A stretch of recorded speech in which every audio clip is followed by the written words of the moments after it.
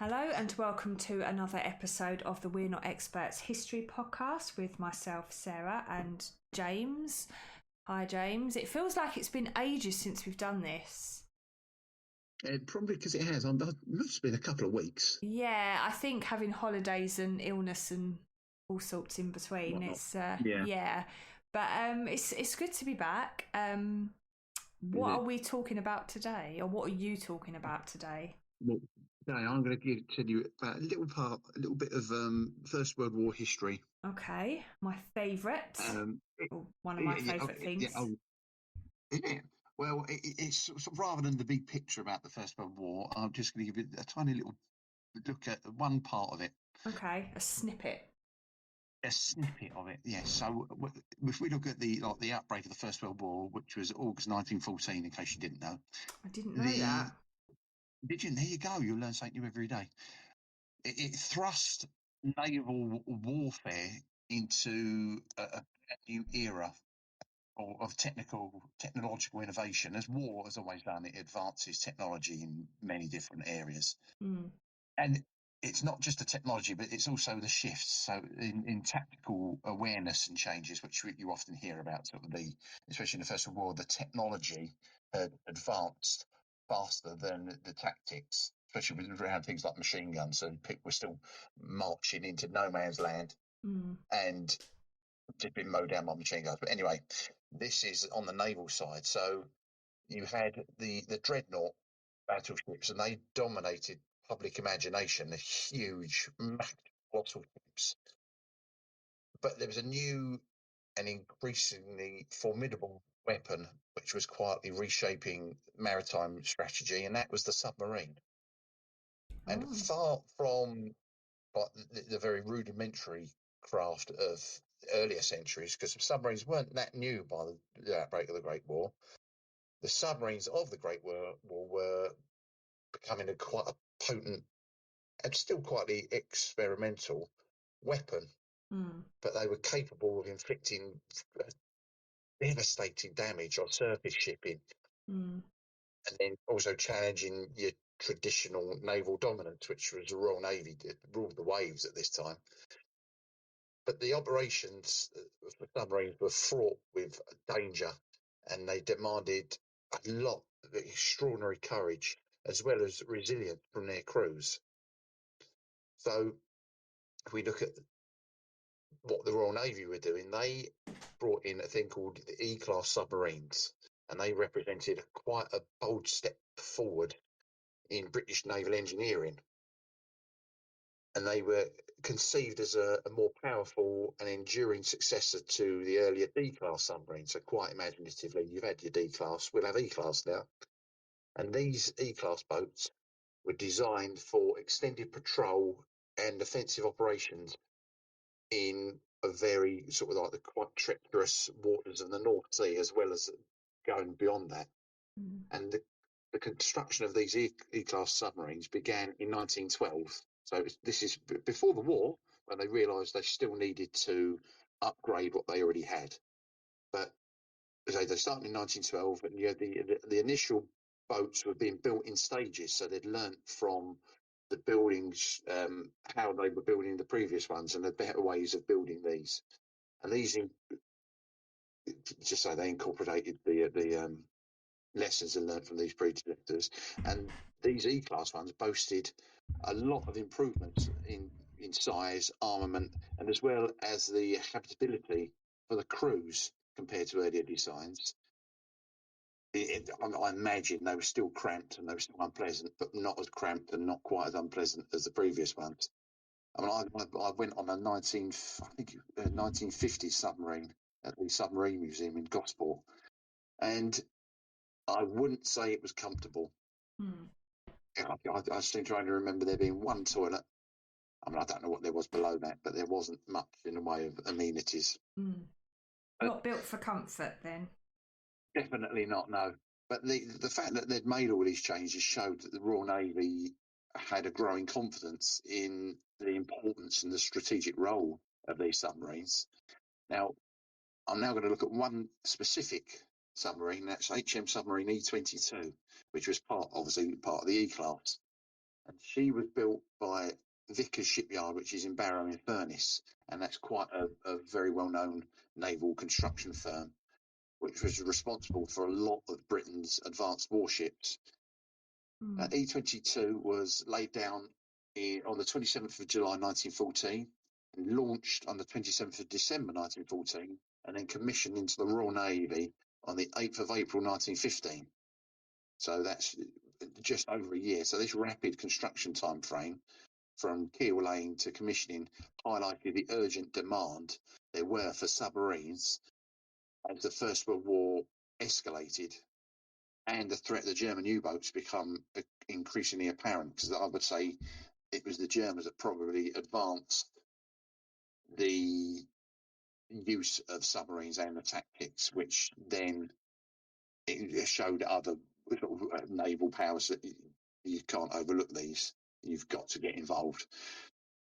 So as an E-class boat, E22, they said, displaced around 660 tons when surfaced, so shifted 667 tons of water.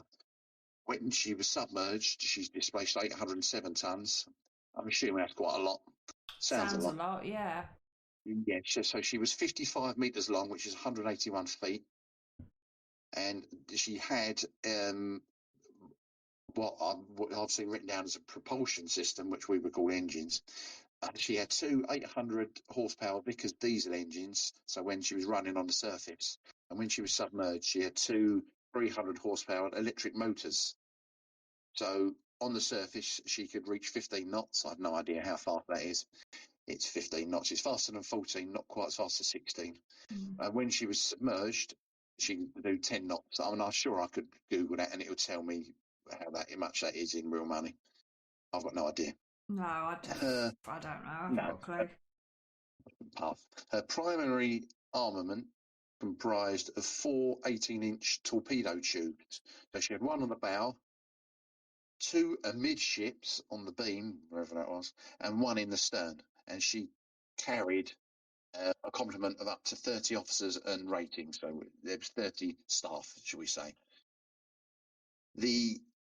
As a life aboard these submarines, especially during the First World War, would have been really hard work and quite challenging. I mean, I can't even imagine what it's going to be like. One, it's going to be cramped. It's probably going to be hot, smelly, and then you've got the ever-present threat. I suppose early aircraft maybe out spotting, surface vessels maybe out looking for you. I don't know how far advanced they were at this stage in submarine hunting. And then also you had your German U-boats as well. Yeah, they can't have been that well ventilated, especially underwater. There's no way they could have been that well ventilated. So it would have been while they were on the surface. That's a lot of bodies in a small space. Yeah, and they spent less than 10% of their time submerged because they had to be on the surface to run the diesel engines, which would have been that bit quicker and probably a little bit more manoeuvrable. You also needed to vent the air and get fresh air in, and the diesel engines only worked if they were using air. And they also used the diesel engines to recharge the batteries. Right. So, you probably spent a lot of your time with your head above water, which then was in itself was quite dangerous because you were obviously a much easier target. Yeah. The basic amenities, as we said before, they would have been quite limited, and there was no such thing as privacy on there either.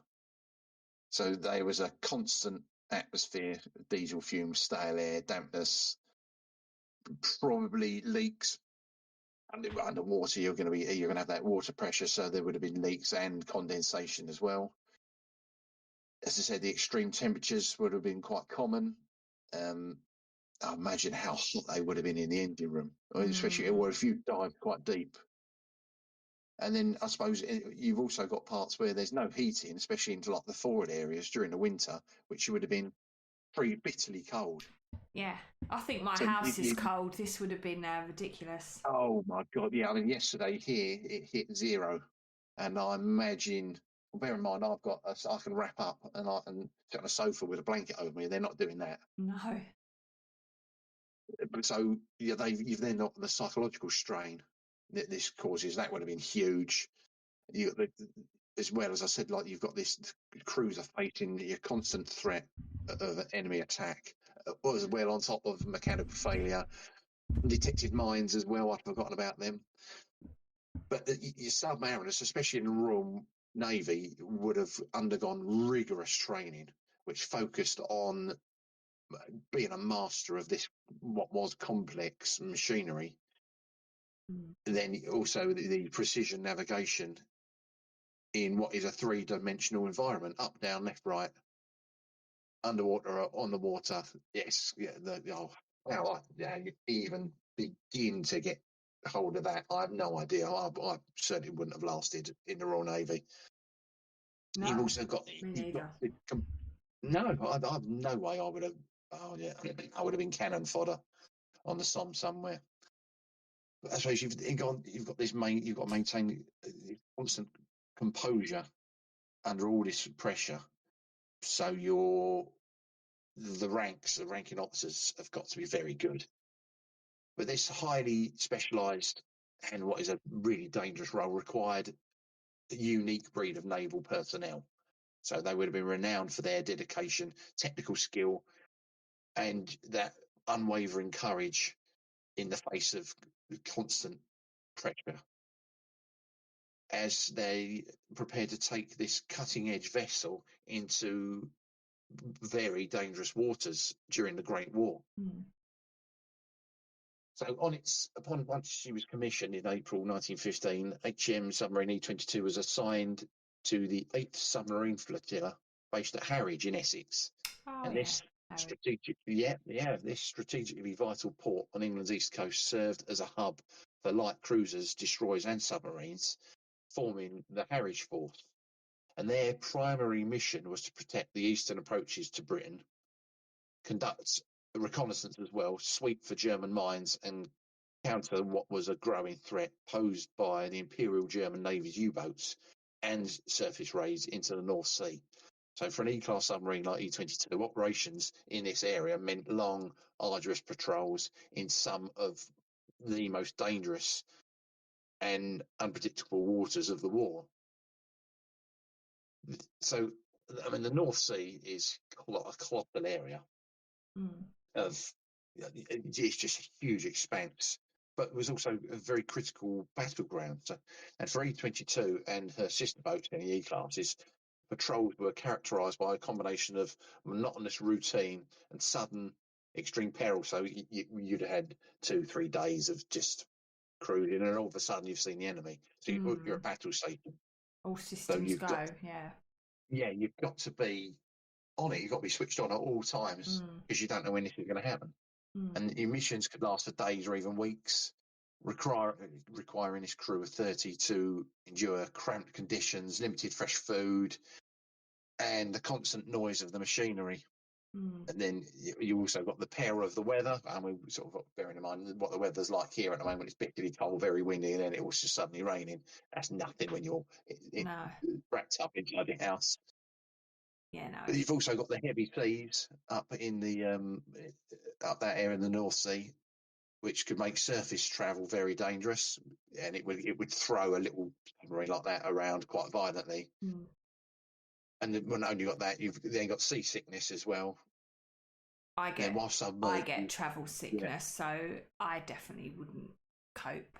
I could barely cope with the ferry going to the Isle of Wight, and that's 40-minute trip on calm water, and I felt pretty queasy. I was all right on the way back because I had breakfast, but on the way there, I was like, what? So, you wouldn't have had to worry about it in the First World War because you would have been in a factory making armaments and not worrying about voting. No, exactly. Yeah. So, anyway, not only did you have this on the surface, but once you'd submerged in the North Sea, the cold would have been, you would have been chilled to the bone. It would have been appalling. Bit like the office today. Obviously. Heating's not working. Yes. Is it not? Freezing. We all had our coats on. I'm sitting at home wrapped up. I'm wrapped up at home, but I'm warmer than I was in the office today. That was freezing. everybody had to sit there with their coats on because the heating's not working. Yeah, happy days. Anyway, yeah. So while they're freezing, their visibility would have been frequently poor, so making navigational, navigating would have been difficult in waters that increasingly become dotted with minefields laid by not just the British but by the Germans as well.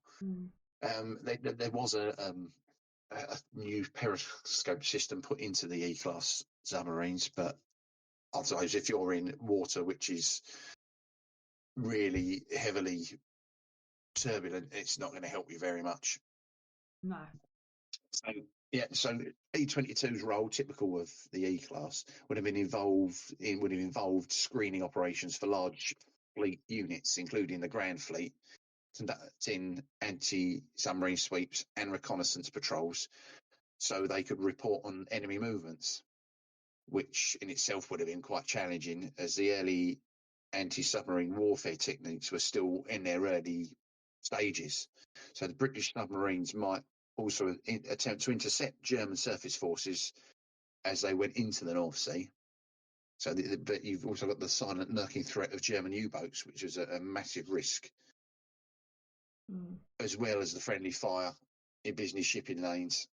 And I can't even imagine how it's just so challenging. How you come up at night and you can see a silhouette on the surface. How do you know whether it's German or British? I know they had books which would have outlined silhouettes, but you've got that threat of we'll slam a couple of torpedoes into it and hope it's not ours. Yeah, dodgy. Yeah. So submariners did learn to identify distant engine noises as well. So it's subtle changes in water pressure and often the smell of enemy diesel, which were all signs of danger. You also had the threat of deep depth charges, which were less sophisticated than in later wars. Obviously, in the Second World War, it had become quite an art form. But in the First World War, it would have been quite rudimentary. So obviously this would, you'd be submerged and then they'd send a barrel down full of explosives set to go off at certain depths. So you must know that they've come. You might hear them hit the surface. You've then got to wait for the explosion and hope it's well above you or well away from you. So that's got to be quite terrifying. Yeah, I'd hate that. Yeah, appalling. I mean, there's films set in submarines, and if it's a good film, it makes you feel claustrophobic, and then you've got everyone waiting for the explosions. Terrible. I guess it's similar to, I mean, I remember my nan talking about when, I mean, this was obviously the Second World War, but when the doodle bugs would come over, as they called them, and you'd hear the whistle, then it would stop, and you knew it had landed, and then it was just waiting because you didn't know where it had landed. Yeah. It was waiting for the explosion, and she said that was the worst part, is the waiting and not knowing where it had gone. But yeah, I can't even imagine how scary that must have been. Yeah, well, bear in mind that's bad enough because they could see the doodle bugs and then they could hear them and stop. You then wait for where they were. But this here underwater, you didn't know where they were. No. You just had to wait for the explosion. Hope it wasn't on top of you. Yeah, but despite these appalling dangers and the physical discomforts, you had the professionalism and dedication of the crews of these ships, or these boats, I should say. The boats, the submarine ships, are on the surface, and this would have been paramount as they executed their demanding duties in this absolutely appalling and unforgiving environment in the North Sea during wartime. Now, E22, earlier in her career, was involved in highly innovative experiments in the North Sea, and they were aimed at intercepting German Zeppelins. So for those trials, E22 carried 2 Sopwith Schneider seaplane scouts in caissons on the top of the ship. So the idea was that she would be submerged. If they knew there was a Zeppelin, it would pop up, open the caissons, let the planes out, and they were going to intercept the Zeppelin. Oh, okay, that's clever. Quite a good idea. This attempt to combine naval and air power for anti-aircraft defence. Yeah, but they weren't repeated. They did it a few times. It wasn't practical because even though the Zeppelins were a big threat. If you opened the case and let the seaplane out onto the sea while it was very choppy, should we say? So when the waves were quite bad, it would just smash the planes to pieces. So they didn't bother with it.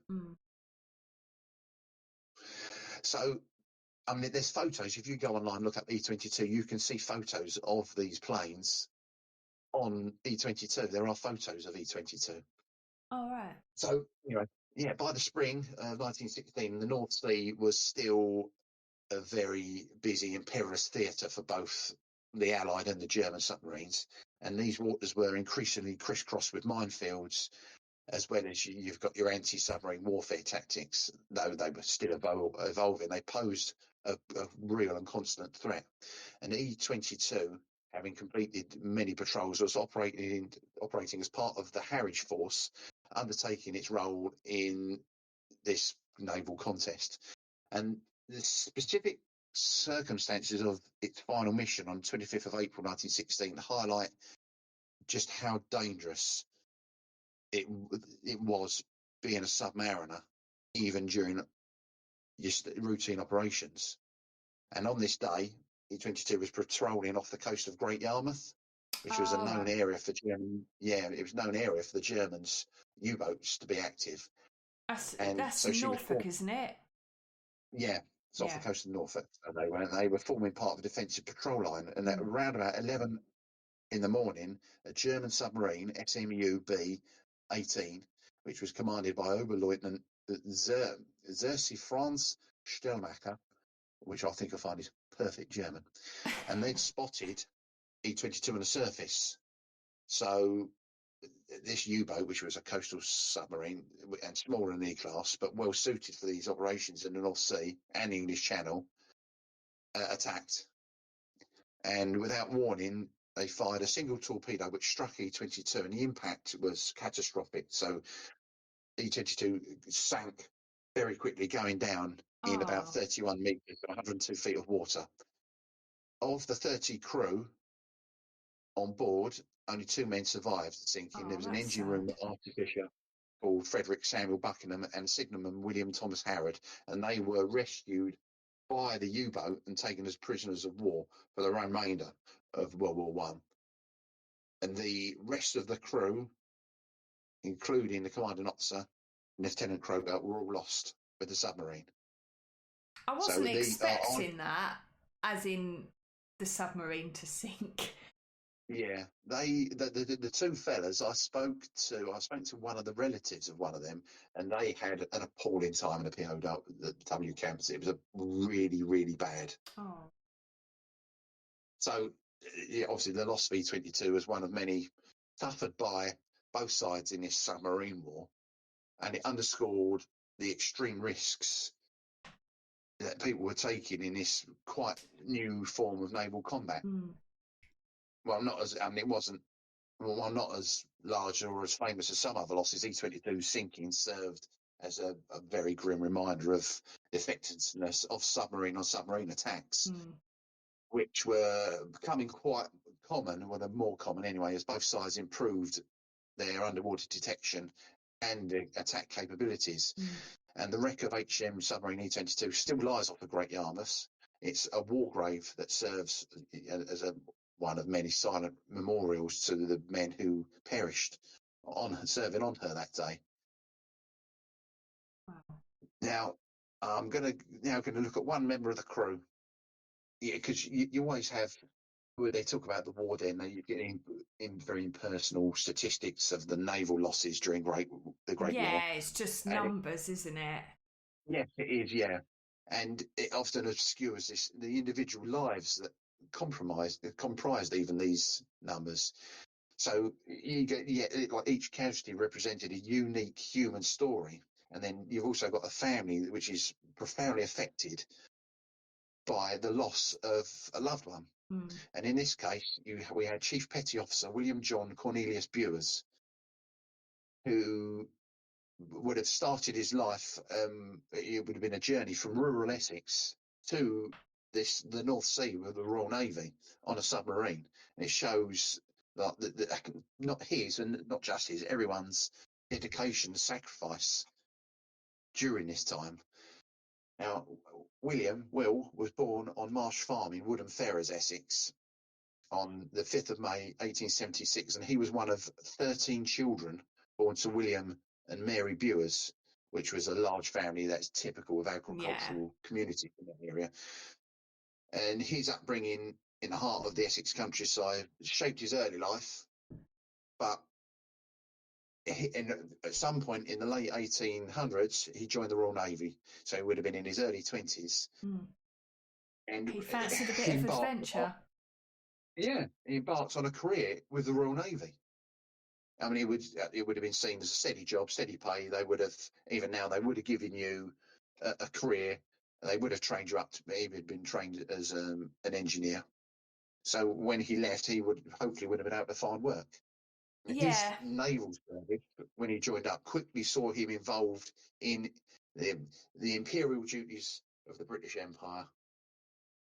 He, quite noticeably, he would have served in China during the period of the Boxer Rebellion, which was 1899 to 1901, which was an international conflict which saw foreign powers, I'm going to say intervening, even though I mean interfering, in China. And for his participation in his campaign, he was awarded the China Medal, which was, that would have been quite a tangible recognition of what was an early military service. He got a medal. That's quite impressive, I would have thought, as a young man.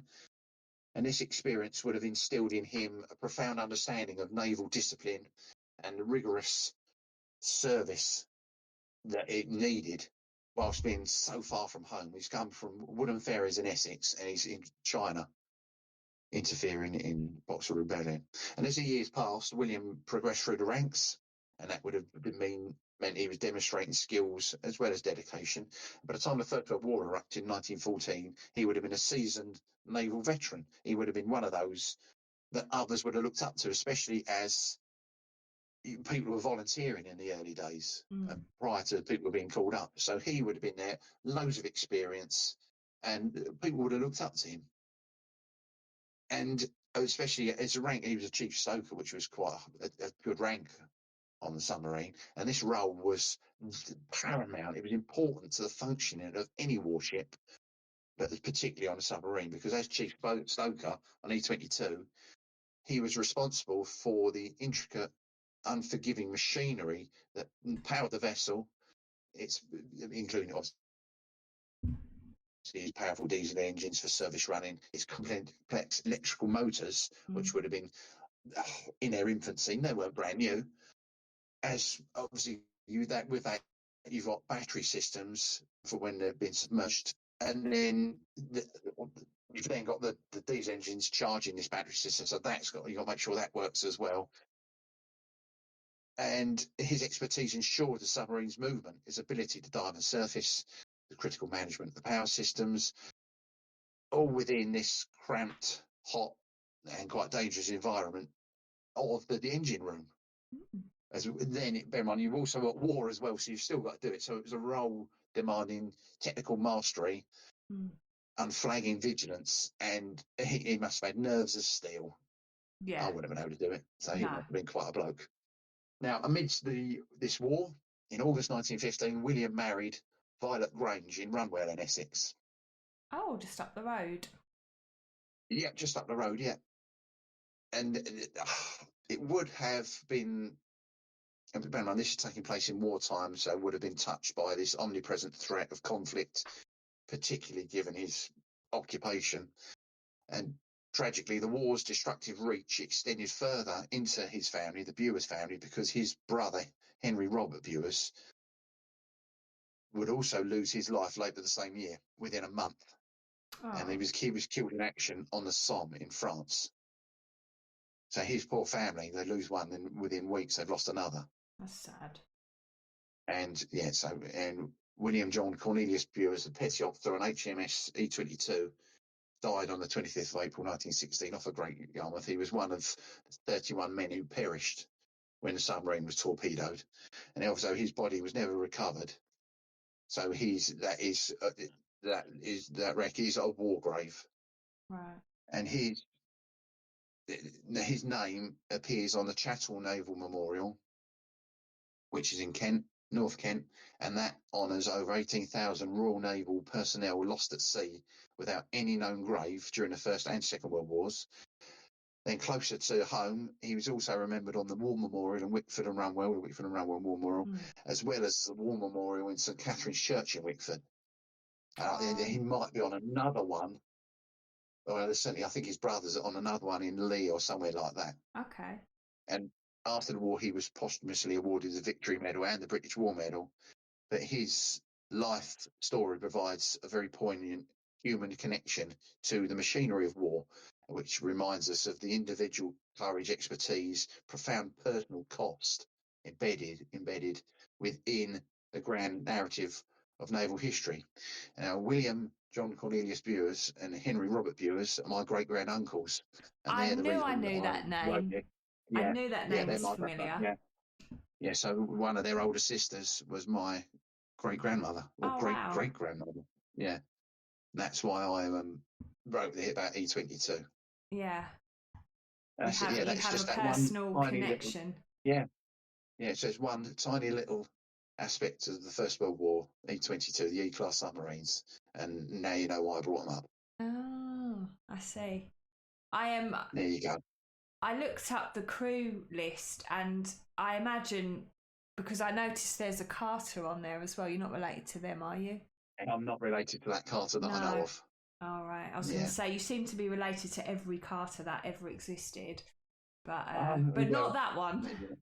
Not that one. That I know of yet. Oh.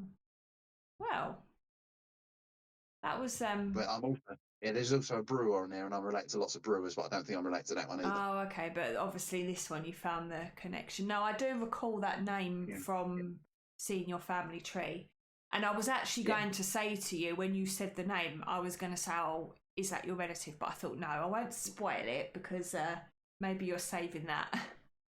But I did recall the name, yeah. So there you go. There's E22 and William John Cornelius Bewers. Well, thank you very much for that. Another little insight into the First World War, something a little bit different. I mean, I don't know a huge amount about the First World War. It's an era that interests me, but I've always been more interested in life on the home front. Yeah. Like rationing and all of that sort of stuff, and the Women's Land Army, and saying that, was that even First World War, or was that second? That was, I was going to say that's more second, isn't it? Yeah. So yeah, when it comes to the wars, it's more. Admittedly, I am probably a little bit more knowledgeable about the second, not the first. But that was interesting. That was a interesting little insight into another aspect of the war, and with a bit of a personal touch as well. So there you go. So thank you for listening, and we hope you enjoyed the podcast. And just remember, we are not experts. We're just two amateurs muddling through history.